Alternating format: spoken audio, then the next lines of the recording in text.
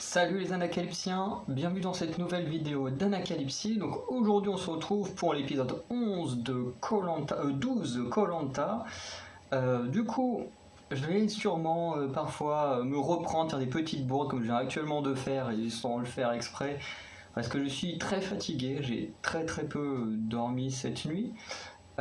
Voilà, et en plus j'ai vu l'épisode hier soir, sauf que comme je disais, j'étais pas chez moi, en plus j'ai pas beaucoup dormi. Voilà, donc là je viens juste de rentrer chez moi, je viens juste de manger alors qu'il est déjà 15h.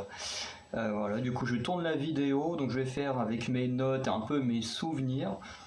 Et en même temps essayer de faire avec les souvenirs du live que j'ai vu hier soir, puisque juste après l'épisode de Koh-Lanta, il y a les éliminés.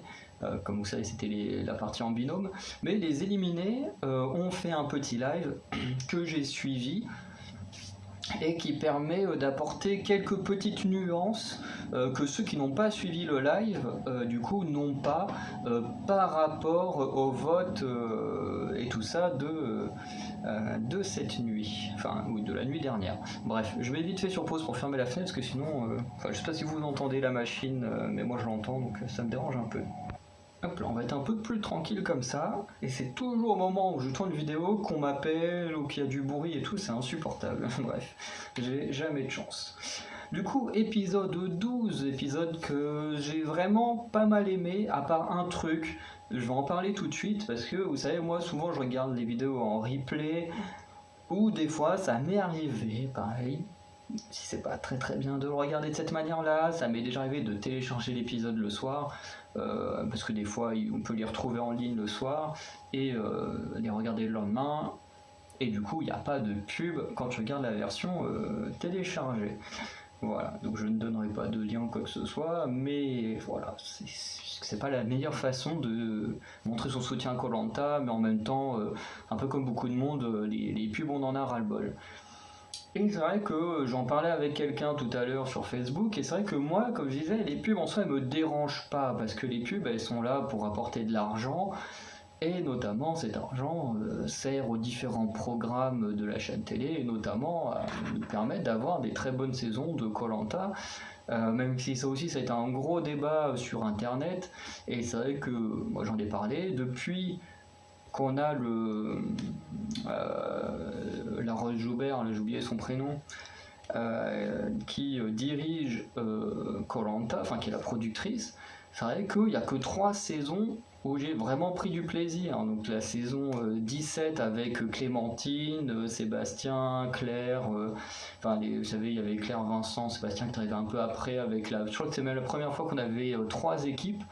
Franchement, j'avais adoré cette saison-là, j'avais adoré la saison avec André, Tiffany, tout ça.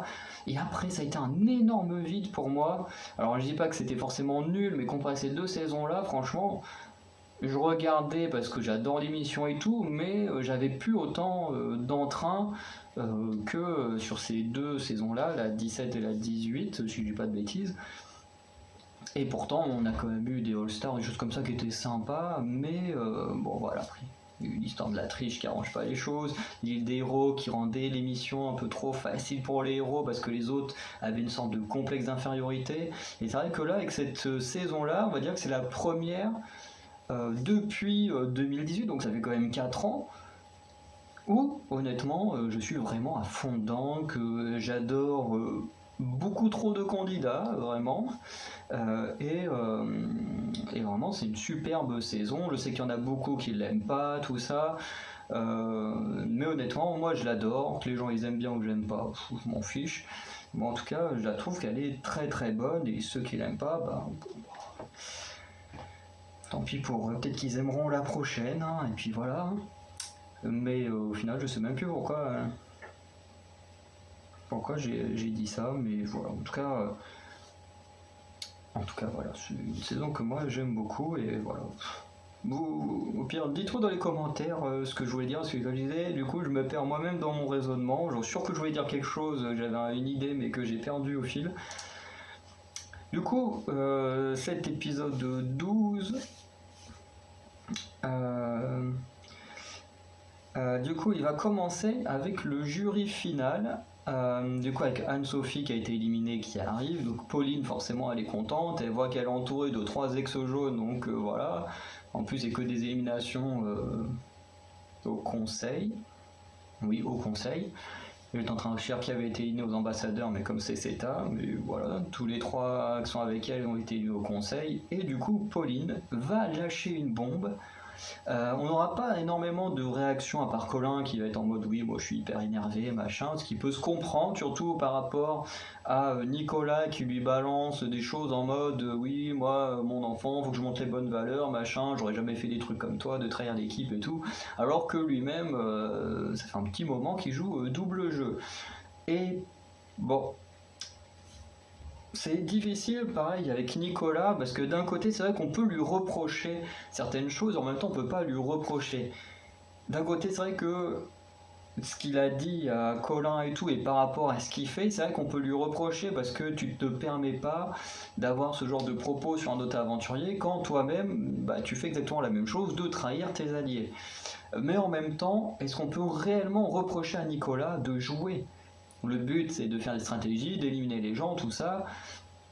Du coup, est-ce qu'on peut réellement lui reprocher? Alors c'est vrai qu'avec son propos de oui, moi je dois montrer des bonnes valeurs à mon fils, machin, bah, c'est vrai qu'au final, ces valeurs, il les montre pas vraiment. Mais je pense que quand il a sorti ça, c'était surtout pour se garder vraiment en mode, voilà, le traître, moi je suis bien avec vous les jaunes et tout. Et je pense que c'était plus une manière de se bien mettre avec les jaunes plutôt qu'autre chose, surtout à ce moment de la réunification.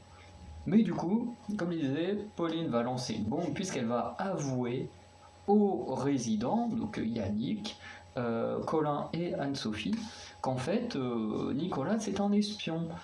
Que depuis la réunification, en fait, il participe aux stratégies avec les jaunes, et en fait, après, il raconte tout aux rouges. Et que c'est pour ça que globalement, bah, les trois là, ils sont là au jury final et pas des rouges, malgré toutes les grosses stratégies qui ont été tentées.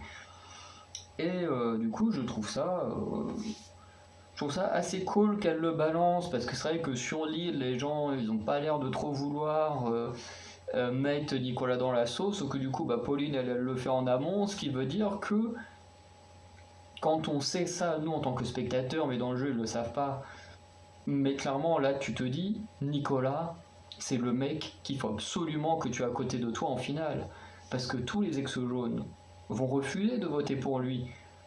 Donc c'est carrément du pain béni d'avoir un Nicolas avec soi en finale.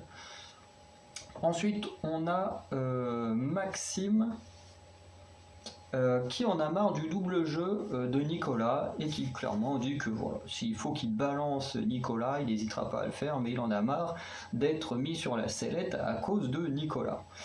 Voilà.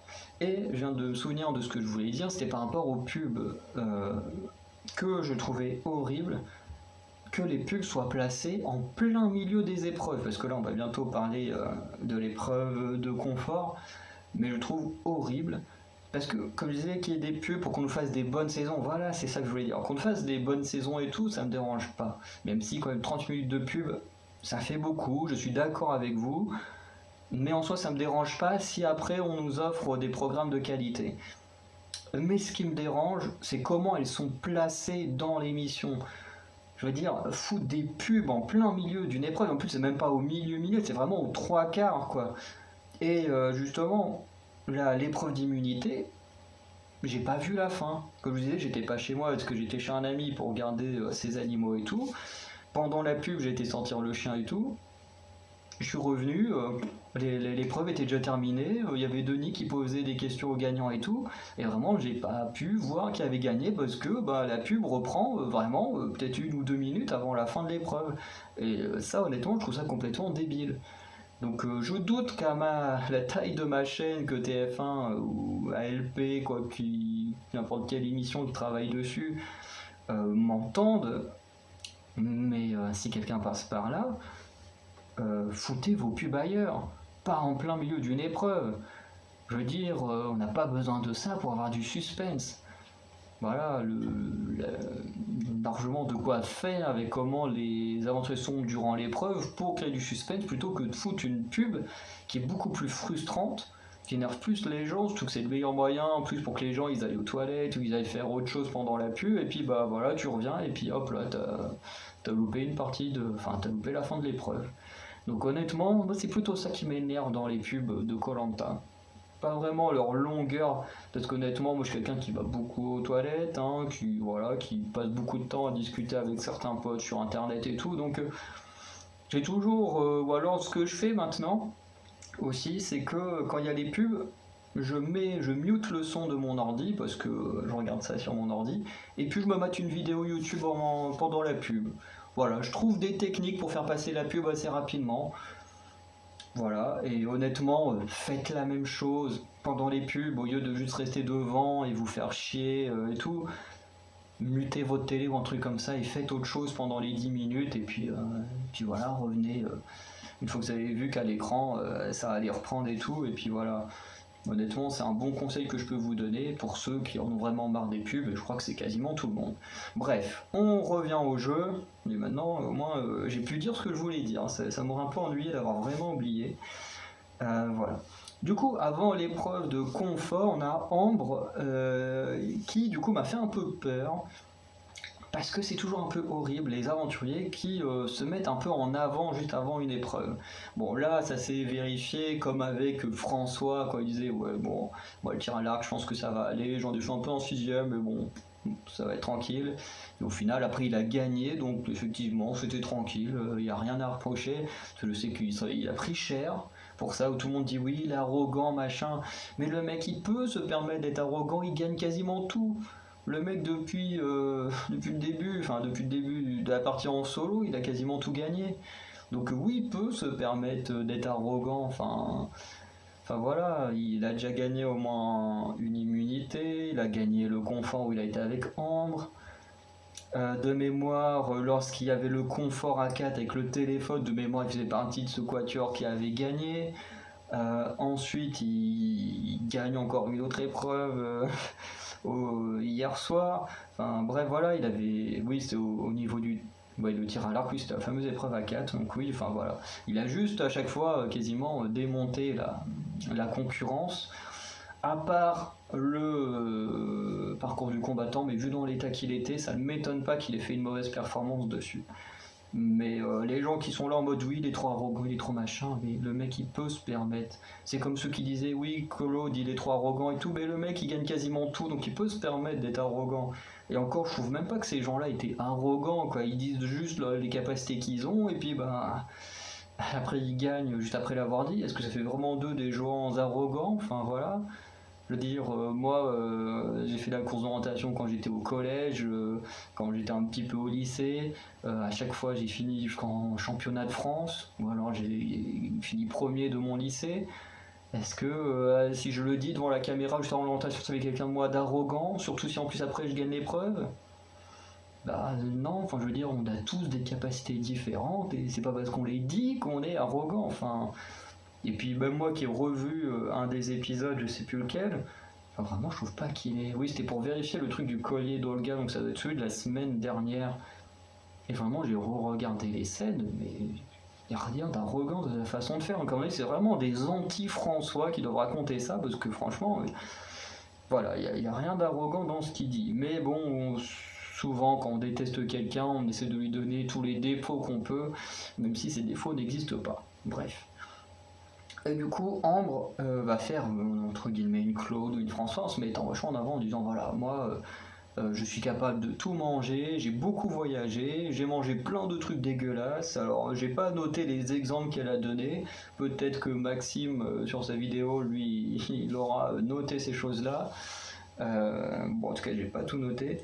Enfin, j'ai même rien noté de ce qu'elle disait, mais qu'elle a beaucoup voyagé, qu'elle a bouffé plein de trucs dégueulasses, donc elle dit clairement c'est mon épreuve, moi je peux tout bouffer et tout. Et du coup, c'est vrai que c'est souvent, quand un aventurier commence comme ça avant une épreuve, souvent il finit par perdre l'épreuve. Donc, sur le coup, ça m'a fait un peu peur, surtout pour ceux qui le savent ou qui ne le savent pas. Bah, je vous le dis, Ambre, moi c'est mon aventurière préférée, c'est vraiment la première que j'ai aimée. Alors, c'est vrai qu'on a beaucoup parlé de Loana dans les derniers épisodes parce que c'était également une de mes préférées, puis surtout qu'elle a été beaucoup plus mise en avant que Ambre sur les peut-être 2 derniers épisodes.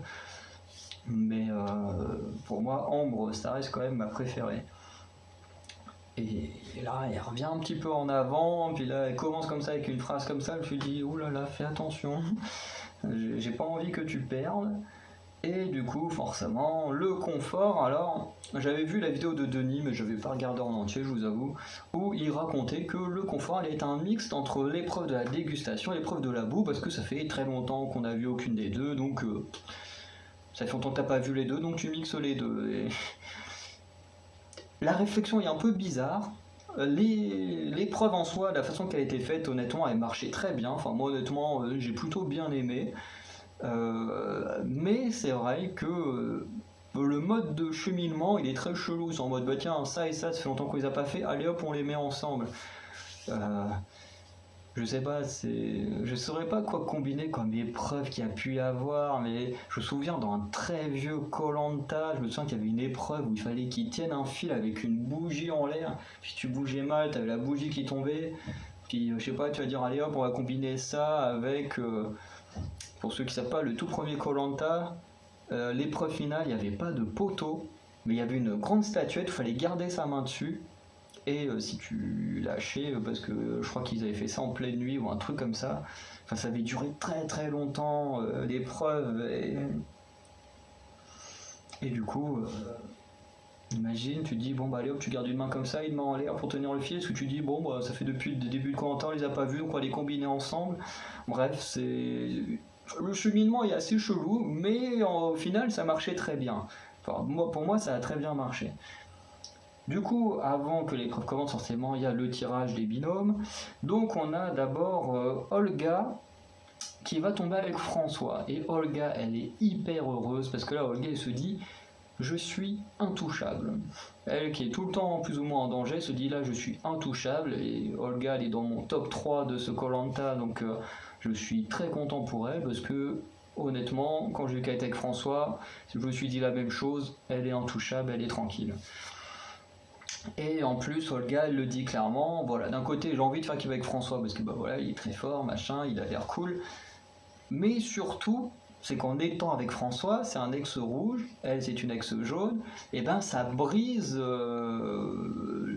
l'alliance qu'il y a contre les ex jaunes, parce que du coup, elle sait très bien que les autres vont pas voter François. Donc elle est très contente, voilà, elle sait très bien qu'elle est tranquille en étant avec lui, quoi. Ensuite, on a le pire tirage, et même hier pendant... je veux rien dire. Mais on a le pire tirage, donc Louana et Maxime qui tombent ensemble, et c'était vraiment très drôle.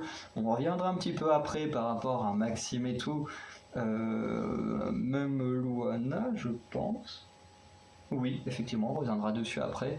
Mais c'était vraiment très très drôle de voir que les deux qui se supportent le moins, même si en vrai c'est plus on montre à la télé que les moments où ils s'entendent pas, mais Louana a déjà raconté plusieurs fois qu'elle ne déteste pas tant que ça Maxime, c'est juste qu'à l'écran ils ont mis que les mauvais moments qu'il y avait entre les deux, mais dans la réalité ils ont passé des très bons moments sur le camp, quoi. C'était pas que des engueulades, mais voilà, comme vous le savez, le montage on montre que ce qu'on a envie, et puis en même temps on montre 1h30 sur 3 jours. Donc il faut faire des choix, et dans le cas de Louana Maxime, c'était hyper bien de montrer que les moments où les deux se détestaient, parce qu'au moment où on en arrive, à ce moment-là où tu te dis personne veut être avec Maxime, et que là c'est la personne qui entre guillemets déteste le plus Maxime qui se retrouve avec lui, bah c'est juste énorme, quoi. Tu passes un très très bon moment, parce que c'est vrai que si on avait montré des moments où ils étaient joyeux tous les deux, qui s'entendaient bien, je pense que la déception de Louana n'aurait pas été aussi forte à l'écran, et pas autant visible et ressentie par les spectateurs. Et là, j'ai trouvé que c'était vraiment très très bien raconté leur histoire. Ensuite, on a Ambre et Bastien qui vont également se retrouver ensemble, et elle, Ambre est très contente. De toute façon, quasiment tous les mecs veulent être avec Ambre, donc elle, dans tous les cas, elle est tranquille. Et Bastien apparemment était un ex-vert, de ce que j'ai pu comprendre, ou un truc comme ça, parce que Ambre, Enfin, Ambre aussi, elle a changé d'équipe entre deux, parce que je crois que quand ils avaient pu choisir quelqu'un dans une autre équipe, qui avait perdu, qui avait reçu le totem maudit, avait été prise dans une autre équipe, mais enfin bref, elle a été une période de l'équipe avant les rouges et les jaunes avec Bastien, donc c'est un peu une retrouvaille, les deux sont contents d'être ensemble, donc là, ça va. Ensuite, on a Géraldine et Fuzzy. Donc là, on est sur un duo qui est totalement sacrifiable, puisque Géraldine et Fuzzy, de mémoire, sont des ex-bleus. Donc à la base, le but de François, c'est d'avancer avec les ex-verts. Donc Nicolas, Louana, Ambre. Et bon, pour l'instant, avec les rouges, forcément, il fait avancer également Géraldine, Fuzzy et Jean-Charles. Mais sur la fin, c'est pas sa priorité de garder ces trois-là. Donc avoir Géraldine et Fuzzy ensemble, c'est clairement la pire chose qui puisse arriver pour eux deux. Et ensuite, on a un binôme masculin. Alors c'est très étonnant cette année que les binômes, il y a un groupe masculin, enfin du moins un groupe du même sexe. Là c'est que un groupe masculin. C'est assez étonnant parce qu'en général, à Koh Lanta, ils ont l'habitude de mettre les binômes uniquement quand il y a une égalité homme-femme. Par exemple, quand il y a 5 hommes, 5 femmes, 4 hommes, 4 femmes. Et après ce moment-là, effectivement, ils mettent les binômes. Mais c'est la première fois, je crois, qu'on a un binôme du même sexe. Voilà. Bon, au final, ça change rien que ce soit du même sexe sur le résultat, et c'est pour ça que c'est toujours très con d'avantager les femmes sur pas mal d'épreuves pour l'équité des sexes, puisqu'au final, c'est bien un binôme homme-femme qui va gagner les deux épreuves. Donc voilà. Et en plus, l'une des pires performances sera faite par le binôme entièrement masculin. Donc, voilà, Koh Lanta, essayez de réfléchir un petit peu à ce que vous faites avec les femmes dans votre émission. Et du coup, Nicolas et Jean-Charles, pareil, un duo qui peut être très très en danger, déjà parce que Jean-Charles n'est pas hyper fort dans les épreuves. Nicolas, bon, bah, c'est un peu l'espion, mais en même temps, c'est deux personnes qui font pas trop. Enfin, Jean-Charles, c'est marrant parce que c'est vraiment le gars qui fait pas du tout de stratégie, qui est juste gentil, qui est là, voilà. Et à côté, on a Nicolas qui lui, bon, c'est tout le contraire, il est à fond dans les stratégies, il est pareil, pas non plus hyper fort dans les épreuves, même s'il a quand même été très bon dans le parcours du combattant. Mais dans le reste, il est quand même assez moyen, Nicolas. Et c'est vrai que ce binôme-là peut être assez sacrifiable parce que on peut se permettre de faire partir Nicolas pour toutes les trahisons envers les jaunes, en sachant qu'en plus c'est Olga qui a le double vote. Jean-Charles, comme c'est juste un gars qui est gentil, voilà, qui sert pas vraiment aux gens, bah, il peut être sacrifiable facilement. Donc voilà, on a quand même un duo qui est assez compliqué à vouloir sauver. Même si, comme je le disais en début de vidéo, Nicolas, à force de trahir tout le monde et tout, enfin surtout les jaunes, c'est bien de le garder le plus loin possible parce que tu peux très facilement gagner face à un aventurier comme ça.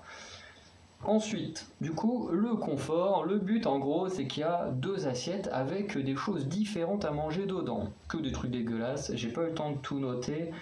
J'ai juste noté qu'il y avait par exemple un scorpion, un scolopendre, un œil de poisson, qu'il y avait des vers, et le reste, j'ai pas eu le temps de noter. Tout ce que je me souviens, c'est que l'œil de poisson, le scolopendre et le scorpion étaient dans une des assiettes, et il y avait un verre avec deux autres choses dans une autre assiette. Et en fait, dans chaque binôme, il devait choisir l'assiette qu'il voulait. Donc par exemple, il y en avait un qui prenait l'assiette avec le verre et deux petites choses, et l'autre qui prenait le scorpion, le scolopendre et tout.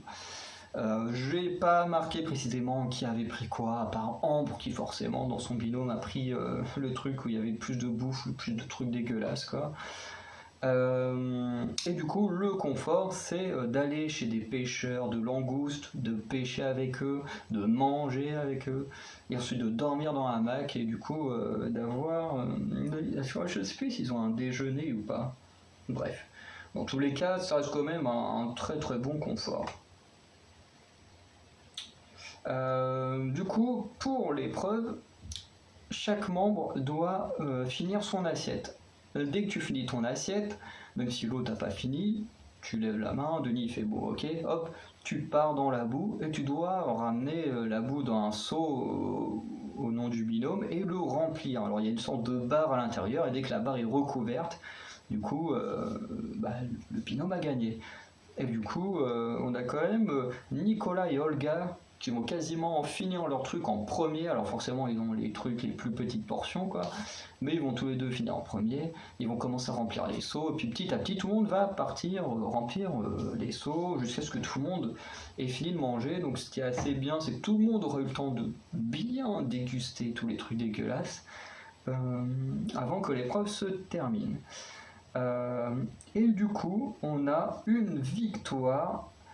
Au début, je pensais que c'était François et Olga qui avaient gagné parce que à l'écran, je crois qu'on était en train de vous montrer Olga pendant que quelqu'un était en train d'appeler Denis.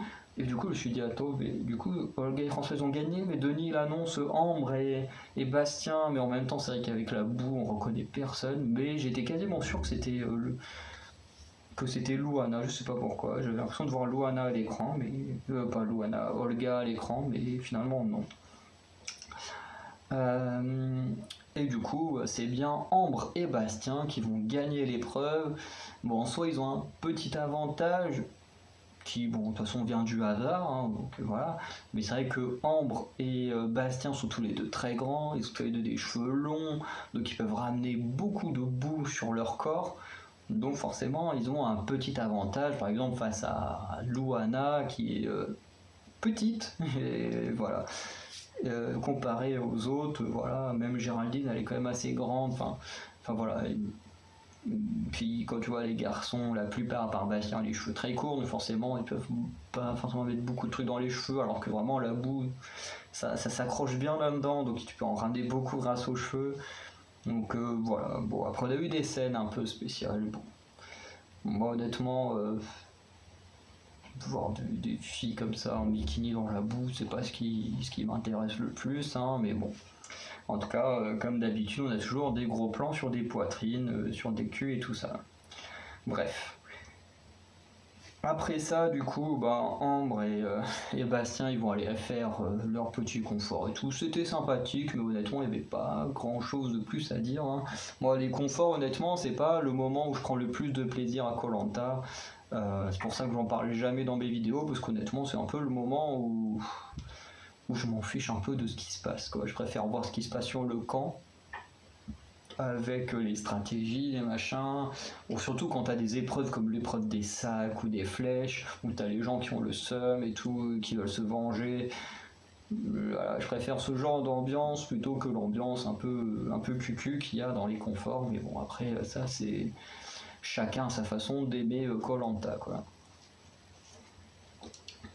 Donc sur le camp, on a Olga qui du coup est très contente, comme j'ai dit, très peu de chances d'être éliminée parce qu'elle est avec François, et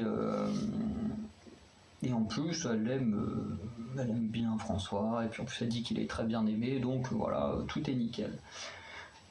Et François, lui, il est un peu bloqué, parce qu'il ne veut surtout pas éliminer Dex vert, donc ni Ambre, mais Ambre est avec un Dex jaune. Il veut pas éliminer Nicolas, mais Nicolas avec Jean-Charles. Jean-Charles pour l'instant vote avec les rouges, donc voilà, ce binôme-là, entre guillemets, pourrait être plus ou moins sauvé. Et il ne veut pas voter Louana, mais Louana est avec Maxime. Maxime qui, même s'il y a un texte rouge, que tout le monde veut s'en débarrasser. Donc il est pris un peu enfin, il a le cul entre deux chaises, quoi. Surtout que Olga, c'est elle qui domine le jeu, plus ou moins, elle a les deux votes.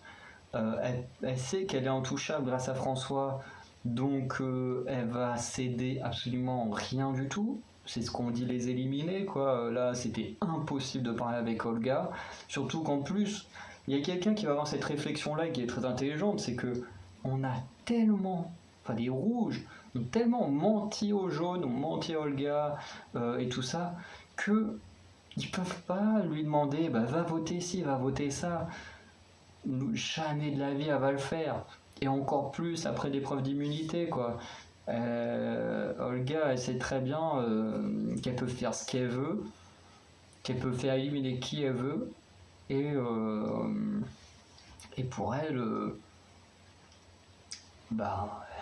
voilà, il n'y a pas de discussion qui tienne, quoi. Voilà, maintenant qu'elle est un peu à la tête du jeu. Et forcément, on a Louana et Maxime, on a une petite vision de leur duo qui est très marrant. C'est que Louana, elle a très peur, elle est pas bien du tout. Alors habituellement, elle délègue beaucoup la stratégie à François. Chez les Rouges, mais là, elle va faire beaucoup aller parler aux gens, elle va même un peu saouler, je pense, François et Ambre, là, quand ils sont sur la plage en train de parler. Mais elle a très peur d'un côté parce qu'elle est forte. Il faut avouer que Louana est quand même la plus forte des femmes. Et que en plus elle est avec Maxime. Mais Maxime, lui, il voit pas les choses de la même manière. Lui, il jubile à la mort. Il est hyper heureux. En fait, tous les extraits où on voyait Maxime heureux la semaine dernière, c'était grâce à ça. Il est en mode, mais le karma qui se prend dans la gueule, il est en mode voilà, elle arrêtez pas de parler dans mon dos, machin, elle me déteste et tout. Et là, il fait bah maintenant, à voir ce que c'est d'être à ma place, où moi j'étais en danger, tous les conseils, et que maintenant c'est elle là qui doit se bouger son cul pour rester dans le jeu. Puis il fait moi. Bah, je vais rien faire, je vais la laisser faire tout le travail et tout. C'était vraiment très très drôle. Et même si Louana, comme je disais, elle est dans mon top 3, honnêtement, c'était quand même plaisant de la voir paniquer, de devoir bah, effectivement là d'un coup faire elle-même les stratégies pour survivre. Parce que c'est vrai qu'habituellement, elle y participe un peu, et puis après, elle délègue rapidement à François qui prend le lead des stratégies et tout. Et là, du coup, c'était plutôt plaisant de la voir tenter de survivre par elle-même. Et puis de voir Maxime enfin prendre sa revanche contre les Rouges, et notamment Louana, qui avait le plus de problèmes. Donc, c'était plutôt amusant. Ensuite, on a l'épreuve d'immunité. Voilà, qui m'a été gâchée par leur putain de pub. Mais l'épreuve d'immunité, qui est avec le totem maudit, donc un peu comme habituellement, l'équipe ou la personne qui perd en premier a un vote pour lui au conseil, donc là forcément c'est le binôme qui tombe en premier qui a une voix contre lui au conseil. Donc l'épreuve est assez nouvelle, on a des personnes, non, les aventuriers, qui sont en gros sur des bambous qui bougent un peu. Du coup, ils doivent tenir en équilibre, et pour être en équilibre, ils ont une énorme. Comment ils appellent ça? Une énorme perche. Je crois qu'ils appellent ça comme ça. Voilà, c'est ça, une énorme perche. Et en fait, il y a plusieurs cordes. Il y a une corde blanche et une corde à leur couleur. Et en fait, parce que forcément, plus le temps va avancer, plus ils vont devoir reculer leurs mains plus proches d'eux. Et du coup, l'équilibre va être de plus en plus instable. Du coup, c'était quand même assez intéressant. Alors, j'ai pas noté à quel moment ils ont dû passer derrière la corde blanche, mais je pense que ça devait être autour des une demi-heure d'épreuve, puisqu'ils ont dû aller derrière leur couleur. Par exemple, ils ont tiré une pierre bleue pour créer l'équipe bleue, ou des pierres rouges pour créer l'équipe rouge. Enfin, vous voyez un peu ce que je veux dire. Du coup, là, passer derrière cette couleur-là. Et ça, c'était au bout de 45 minutes, donc je pense que passer derrière la corde blanche était au bout de 30 ou 25 minutes, sûrement un truc comme ça. Bref. Du coup, j'ai juste noté que Jean-Charles et Nicolas sont les premiers à tomber et qui vont subir le totem maudit. Qu'ensuite, on a Fouzi et Géraldine qui vont tomber en deuxième. Et ensuite, tous les autres sont tombés juste après la pub que j'ai rien pu voir. Tout ce que j'ai vu, c'est quand je suis arrivé, on a fait ouais, Olga et François ont gagné, on leur a demandé voilà, vous êtes contents, je sais pas quoi, et puis je me suis dit ok, j'arrive, l'épreuve est déjà finie. Ça m'a saoulé. Surtout qu'en plus, quand tu regardes en direct sur internet, tu peux pas revenir en arrière ou quoi que ce soit. Donc bon, je regarderai sûrement la fin de l'épreuve en replay ou une connerie comme ça à voir. Mais voilà, ça m'a saoulé de pas voir l'épreuve en entier. Mais bon, quand même très content pour Olga, pour François, du coup qui gagne. Du coup, comme je disais, après l'épreuve d'immunité, Olga est encore plus en confiance et encore plus au-dessus des autres, entre guillemets. Voilà. Et au final, ouais, dans l'épreuve, ce que je veux dire, c'est qu'elle a été quand même une très bonne épreuve parce que même Jean-Charles et Nicolas, qui sont pas les meilleurs, en fait, ils ont tenu quand même assez longtemps. Je crois qu'ils ont tenu plus de 20, au moins 20 bonnes minutes. Alors qu'on avait vu dans l'épreuve dans l'eau, il fallait tenir la boule en l'air là, sur la gouttière, que Jean-Charles avait Oh, non, c'est pas Jean-Charles. Yannick avait fait les 14 secondes, il y a quelqu'un qui était tombé quasiment juste après, je sais plus, c'est Jean-Charles ou Fuzzy, mais bref, les gens qui font des performances un peu moins bonnes que tous les autres, là ont quand même très très bien tenu dans cette épreuve, et c'était vraiment intéressant de voir que tout le monde avait été vraiment très bon dans l'épreuve. Après, on ne peut pas nier qu'une fille comme Olga, qui est habituée à l'équilibre, qui fait de la danse et tout ça, a forcément un petit avantage, même si en soi elle n'est pas non plus ultra avantagée, puisqu'elle est quand même avec un binôme, donc si le binôme n'a pas d'équilibre, ça peut foutre énormément la merde. Et pareil, c'était très intéressant de voir Louana et Maxime réussir à se soutenir pendant plus d'une demi-heure durant l'épreuve, à se donner des conseils pour rester en jeu, alors qu'ils sont portrayés comme des gens qui ne se supportent pas. Bref. Du coup, avant le conseil, on a à nouveau François, qu'on revient sur lui, qui est toujours bloqué sur qui va voter, puisque d'un côté, il doit choisir entre Fuzzy et Géraldine, qui sont des anciens bleus, mais qu'il adore, parce qu'il est un super social avec eux, et il va en reparler au conseil, et qu'il a fait un choix très spécial, et notamment le choix du cœur, plus que le choix de la promesse. Voilà. Et parce que justement, de l'autre côté, il doit choisir entre éliminer Maxime et Louana, sauf que Louana est une ex-verte et il a fait la promesse d'aller le plus loin possible avec les ex-verts. Donc le choix est assez cornélien, et notamment Louana va chercher à tout faire, elle, pour éliminer Fuzzy, donc elle va pas arranger les choses. Je pense que si elle avait choisi un autre binôme, peut-être ça aurait mieux marché. Mais c'est vrai qu'elle, elle arrivait en mode faut éliminer Fuzzy parce que voilà, c'est des ex bleus, nous on est des ex verts, techniquement on est censé aller à l'orientation ensemble, donc voilà, tu me l'as promis, machin. Voilà, elle va beaucoup jouer sur l'alliance des ex verts pour essayer de survivre. A contrario, Maxime, lui, va avoir une idée de génie, mais qui ne va pas mener jusqu'au bout, et c'est très dommage. Parce que Maxime, il va aller voir Géraldine, et il va demander à Géraldine, parce que comme il a lui-même trahi les jaunes, enfin du moins ça a été vu comme une trahison par les jaunes, quand...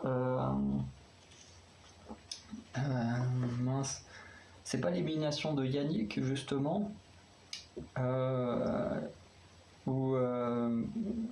où les jaunes pensaient que Maxime allait voter avec eux et qu'au final il a voté avec les rouges. Je me demande si c'était pas l'élimination de Yannick. Enfin bref, vous voyez le conseil dont je veux parler. Et du coup Maxime il se dit, moi je vais pas aller voir Olga moi-même, elle va jamais me croire. Donc il se dit, il faut que quelqu'un en qui Olga a confiance aille les voir. Et comme Géraldine et Fuzzy sont des ex-bleus, ils ont fait une partie du camp avec Olga au début, donc il a l'idée d'aller voir Géraldine et de lui dire, voilà, faut dire à Olga que Nicolas c'est un traître, et qu'il donne des informations à tout le monde, qui donne des informations rouges concernant les stratégies des jaunes. Et comme ça, si Olga elle est vénère, de toute façon elle aurait forcément été vénère pour l'élimination d'Alexandra et de Colin, donc forcément elle aurait mis ses 2 votes sur Nicolas. Et ensuite, lui, il aurait pu qu'à mettre un vote sur Nicolas, et puis demander à Bastien également pour venger le reste des jaunes qui auraient été éliminés de voter. Enfin voilà, on aurait pu très facilement éliminer Nicolas et Jean-Charles. Du moins, c'est la stratégie de Maxime. Voilà. Ensuite, on arrive au conseil. Au conseil, aucun collier n'est joué. Voilà. Et au final, le résultat, on a une voix contre Jean-Charles, donc celle qui s'est mise contre lui-même. Et vraiment, les gens, je ne sais pas si vous faites partie de cela, mais quand vous regardez Koh-Lanta, soyez attentifs à tout ce qui se passe dans l'épisode. Parce qu'il y a quand même quelqu'un sur internet qui a osé demander qui a voté contre Jean-Charles. Je veux bien être gentil, mais là, faut vraiment être con, quoi. Ou alors, faut regarder que le conseil, quoi, pour pas savoir ce qui se passe. Voilà. En plus, même Denis, en général, il le dit quand la personne doit voter contre lui-même, il le dit à ce moment-là. Donc, Vraiment, je sais pas comment quelqu'un a pu faire pour demander pourquoi Jean-Charles a voté contre lui-même. Alors que c'est logique, il a perdu l'épreuve, il met son nom sur son truc, puisqu'il y avait le totem. Bref. Nicolas va avoir 4 voix contre lui, donc c'est quand même beaucoup. Donc il y aura celle de Maxime. Et après, je sais pas qui d'autre a voté contre Nicolas. Mais 4 voix, c'est quand même déjà pas mal. Et ça commence à montrer que la stratégie de Nicolas commence un peu à tanguer. Ensuite, on a Fouzi qui va avoir 3 voix, donc sûrement celle de Louana et de je ne sais pas qui. Je vois 6 têtes de Nicolas et Jean-Charles. Ça ferait vraiment 3 voix, donc sûrement ça. Et ensuite, on a Maxime qui va recevoir 5 voix contre lui, et du coup, c'est Maxime qui est éliminé. Sauf qu'on est dans les binômes, donc il entraîne son binôme avec lui, donc Louana est également éliminée.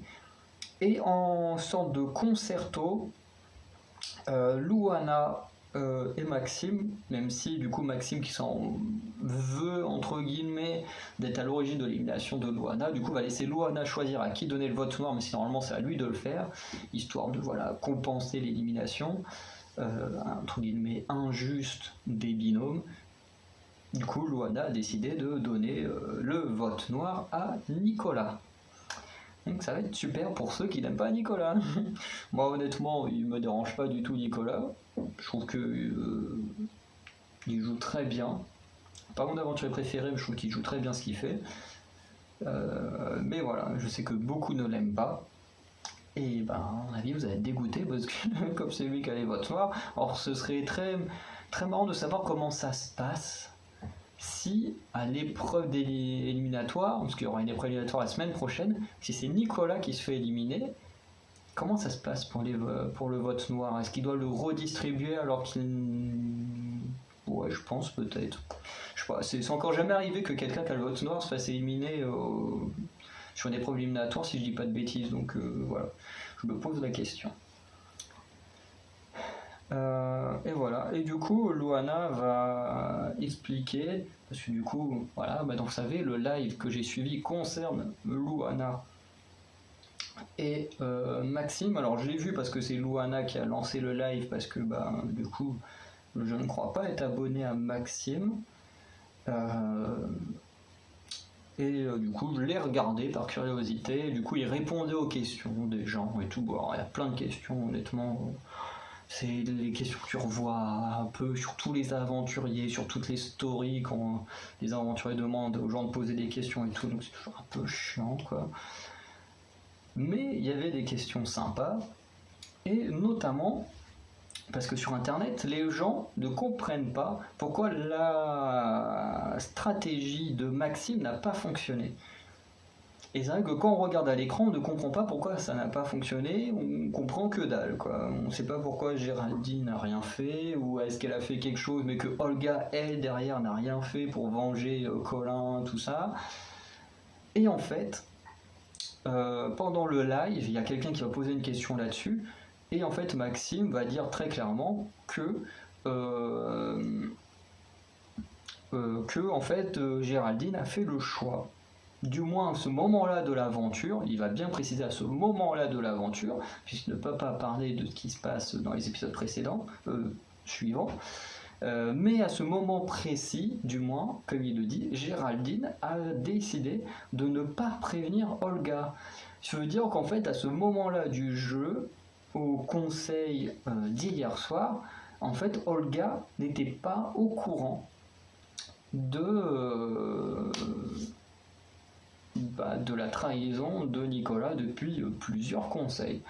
Donc c'est pour ça que Olga n'a pas voté contre Nicolas, n'a pas mis ses 2 votes noirs contre Nicolas, tout simplement parce qu'elle n'était pas au courant, parce que Géraldine a décidé de ne pas lui dire. Donc voilà, c'est un petit éclaircissement autour des votes de Olga, parce que je sais que beaucoup se posent des questions sur Facebook là-dessus.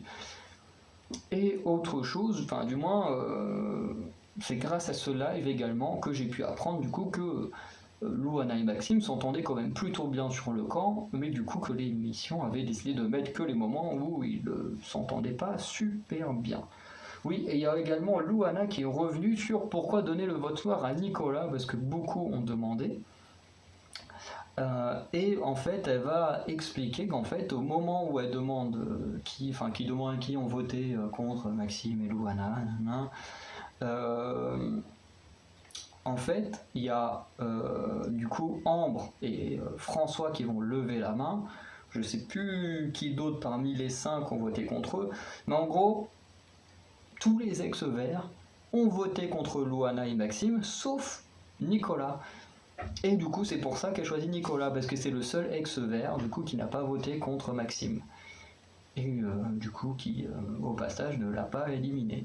Donc c'est en fait la seule raison pour laquelle c'est Nicolas qui reçoit le vote noir à ce moment-là du jeu. Surtout que c'est vrai qu'on peut effectivement se poser la question quand on sait que Maxime en avait marre d'être sur la sellette à cause de Nicolas, donc c'est vrai que c'est assez étonnant qu'il accepte de le donner à Nicolas. Mais du coup ça vient plutôt de Louana qui le donne à son seul allié, du coup qui ne l'a pas trahi. Même si effectivement il savait très bien que c'était Louana qui allait partir, mais ça n'empêche qu'il n'a pas participé activement à son élimination. Donc voilà. Et en même temps, elle avait aussi dit que quand Denis demande à qui vous voulez donner votre temps, en fait, t'as pas beaucoup de temps pour donner ta réponse. C'est pas, t'attends 3 heures pour discuter et puis tu dis bon bah allez voilà, maintenant j'ai eu le temps de faire tous les dossiers de chaque aventurier, machin. En fait, t'as très très peu de temps, donc faut réagir limite au tac au tac. Et du coup, c'est pour ça que voilà, elle s'est dit bon bah voilà, lui il sera un ex-verts, il n'a pas voté contre moi, boum, je lui donne le vote. Donc voilà. Du coup, on va arrêter la vidéo là. J'espère que j'aurai pu apporter quelques éclaircissements grâce au live de Louana et Maxime. Et voilà, même si c'est pas non plus énorme, mais ça éclaircit quand même certains points, notamment les votes de Olga et la relation Maxime-Louana et le vote noir donné à Nicolas. Bref. En tout cas, malgré l'élimination de Louana que j'ai adoré, en tout cas, je trouvais que c'était un très bon épisode. Moi, j'ai passé un très bon moment devant, à part les pubs en plein milieu d'épreuves. Mais à part ça, honnêtement, j'ai passé un très bon moment. C'était un très bon épisode. Dites-moi vous en commentaire ce que vous en avez pensé de cet épisode. Et on se retrouve la semaine prochaine pour l'épisode 13 de ce Koh-Lanta. Allez, ciao les Anacalypsiens.